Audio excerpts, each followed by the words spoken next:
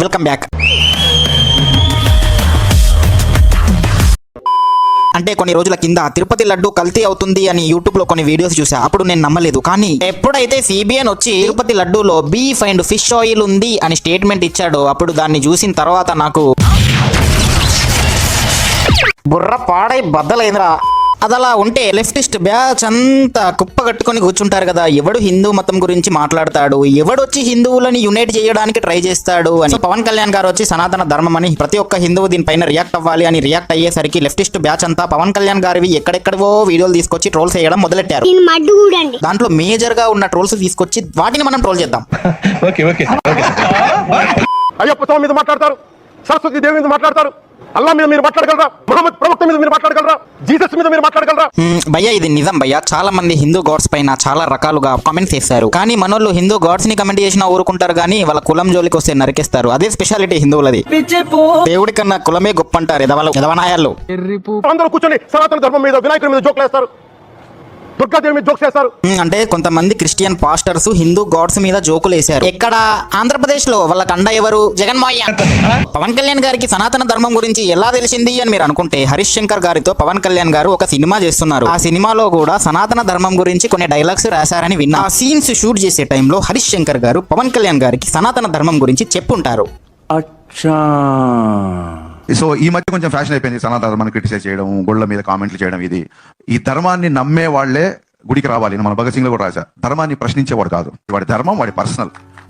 ఇక ట్రోల్స్ విషయానికి వస్తే ఈడెవడో భయ్యా ఏపీ ట్రోల్స్ అని పెట్టుకొని పవన్ కళ్యాణ్ గారిని తెగ ట్రోల్ చేస్తా ఉండవు ట్విట్టర్ లో. మరి అది లాజికల్ గా ఉందా అంటే లేదు. ఈ రకంగా జుర్రుకుంటూ తింటే ఇలా ఇఫ్తార్ విందులో పవన్ కళ్యాణ్ గారు ముస్లిం మతాన్ని గౌరవిస్తూ మీట్ తింటున్న వీడియోని పట్టుకొచ్చి ఇలా సనాతన ధర్మం గురించి మాట్లాడిన వీడియోకి లింక్ చేసి నువ్వే మాట్లాడాలరా సనాతన ధర్మం గురించి అని పవన్ కళ్యాణ్ ని ట్రోల్ చేశాడు.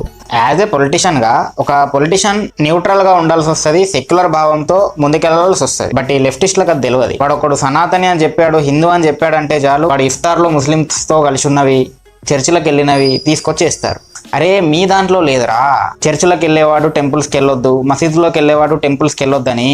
కానీ మా ధర్మం అందరూ ఈక్వల్ అనే కోరుకుంటది కాబట్టి మా వాళ్ళు చర్చికి పోతారు, పవన్ కళ్యాణ్ లాగా ఇఫ్తార్ విందులకు కూడా వెళ్తారు.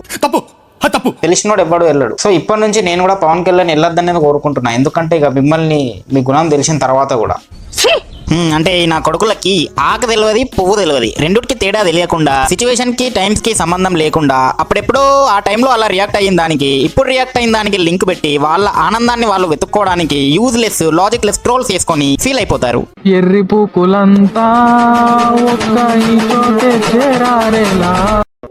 బీఫ్ గురించి గొడవ జరుగుతూ ఉంటే నాకు అనిపించింది, నిజంగా నాకు ఆకలేసి వేరే దారి లేకపోయి నేను ఉండాలి అంటే బీఫ్ తినాలి అంటే నేను తిని ముందుకెళ్తాను తప్ప దాన్ని వేరేలా చేసుకుని స్వామి వివేకానంద అన్న మాటలు ఉంటాయి, ఆయన స్వామి వివేకానంద జీవిత చరిత్రలో ఉంటాయి. అండ్ నాకు తెలియదు మరి, నాకు మా నాన్నగారు చెప్పారు అని ఈ వీడియోలో పవన్ కళ్యాణ్ గారు అన్నారు. సో అక్కడ మీట్ని బీఫ్ అన్నాడు, అదొకటి తప్పు అయితే, బట్ తెలియక తప్పు చేశాడు ఓకే. కానీ అక్కడ పాయింట్ ఏంది? స్వామి వివేకానంద చుట్టుపక్కల ఏమీ లేనప్పుడు ముందర మీట్ ఉంటే నేను దీన్ని ముందుకెళ్తా అన్నాడు రా. అంతేగాని చుట్టుపక్కల మ్యాంగోలు, టమాటోలు, అన్నము, పప్పు, ఆకుకూరలు, ద్రాక్ష, జామ పండు ఇన్ని ఉండంగా మీట్ తిని ముందుకెళ్తా అని అనలేదురా. ఒకటి చెప్తే చాలు, చికెన్ తినొచ్చు, లైఫ్ టైం అదే ఫాలో అవుతారు. ఆయనే చెప్పాడు రా, చెప్పాక మనం తినకపోతే ఎలా అని. మీ నోరు టేస్ట్ కోసం ఆయన జీవితంలో ఒక్కసారి తిని ఉంటే, ఒక్కసారి అని ఉంటే మీరు లైఫ్ టైం అదే వేసుకొని ప్రతిరోజు తింటారు కదా వాళ్ళారా, వచ్చి మళ్ళీ జడ్జి చేస్తారు. అండ్ స్వామి వివేకానంద గారు రాడ్ భగవద్గీత ఫాలోవర్ అంట. అసలు మీట్ తినమని, బీఫ్ తినమని స్వామి వివేకానంద గారు ఎక్కడా చెప్పలేదు. ఆ బుక్ లో రాసింది అబద్ధం అని కూడా ఒక కల్పన ఉంది. మళ్ళీ మన తెలుగు యాంకర్ల నోట్లో ఏముంటుందో తెలియదు కానీ ఏది పడితే అది వాగుతారేంట్రా షోలలో, స్టేజ్ల మీద. పాపం కార్తీక్ గారిని బుక్ చేసింది ఈవిడ. లడ్డు కావాలా నాయనా? ఇంకో లడ్డు కావాలా? ఇప్పుడు లడ్డు గురించి మాట్లాడకూడదు, సెన్సిటివ్ టాపిక్, మనకు వద్దు అది. ఇక్కడ కార్తీక్ గారు ఆ ఉద్దేశంతో అనలేదు, సార్కాస్టిక్ గా అనలేదు. అందరూ నవ్వాలి, కామెడీగా ఫీల్ అవ్వాలి, ఆడియో లంచ్కి వచ్చిన వాళ్ళు సంతోషంగా వెళ్ళాలి అనే ఉద్దేశంతో ఆయన జోకేశాడు. కానీ భయ్యా నువ్వు విషయం మర్చిపోయావు, అది సెన్సిటివ్ టాపిక్ తో పాటు చాలా సీరియస్ టాపిక్. లడ్డు మీద జోకులు వేస్తున్నారు. నేను ఒక సినిమా ఫంక్షన్ కూడా చూసాను. Laddu is a sensitive issue అని. Don't ever say that. Don't.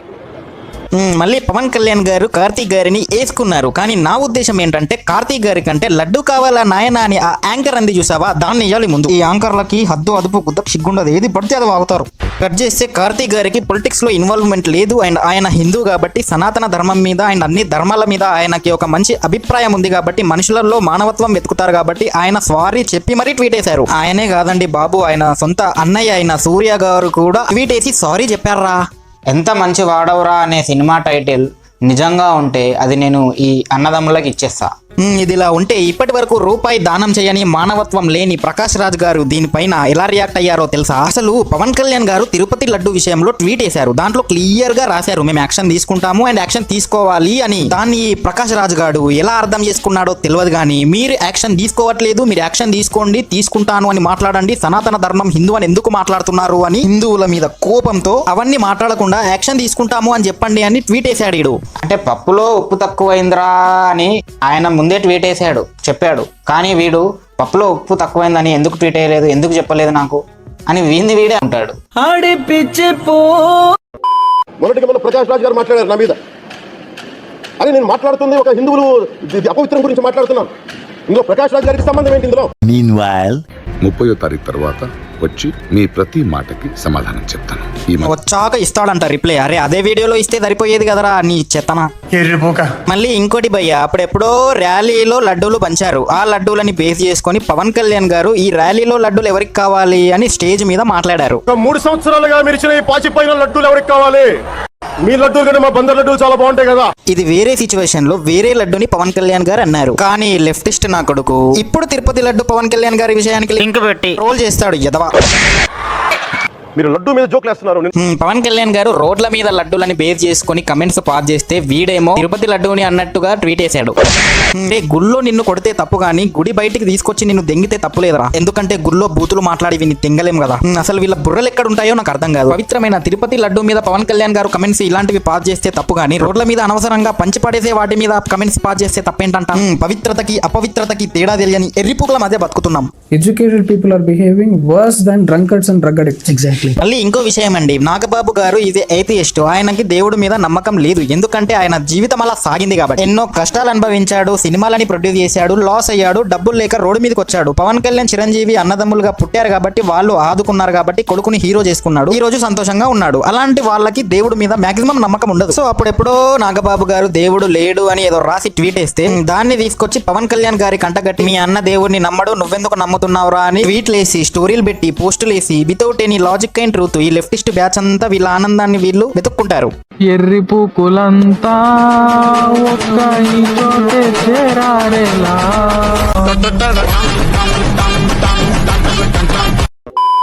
ఒక ముస్లిం వచ్చి మీద టోప్ పెట్టి కింద ఇన్షాల్లా అల్లా దువా కరే అని చెప్పి మాట్లాడితే ఏదైనా సిచ్యువేషన్ కి రియాక్ట్ అయితే నువ్వు నీ మతాన్ని ఫాలో అవుతున్నావు అని ఎవడు అనడు.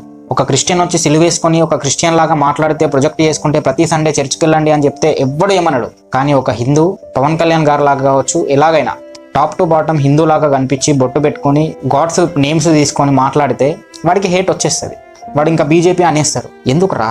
ఒక హిందువుగా బతికితే వాడిని బీజేపీ అని ముద్రేయడం, ఒక హిందువుగా బతికితే వాని మీద ట్రోల్స్ వేయడం. ఈ లెఫ్టిస్టులు అందరూ హిందువుల్లో యూనిటీ రావద్దు, వస్తే అంతా వచ్చేయండిరా.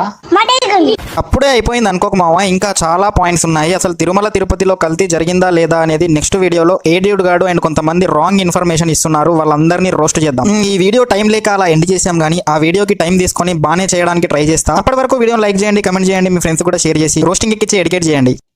సబ్స్క్రైబ్ చేయండి.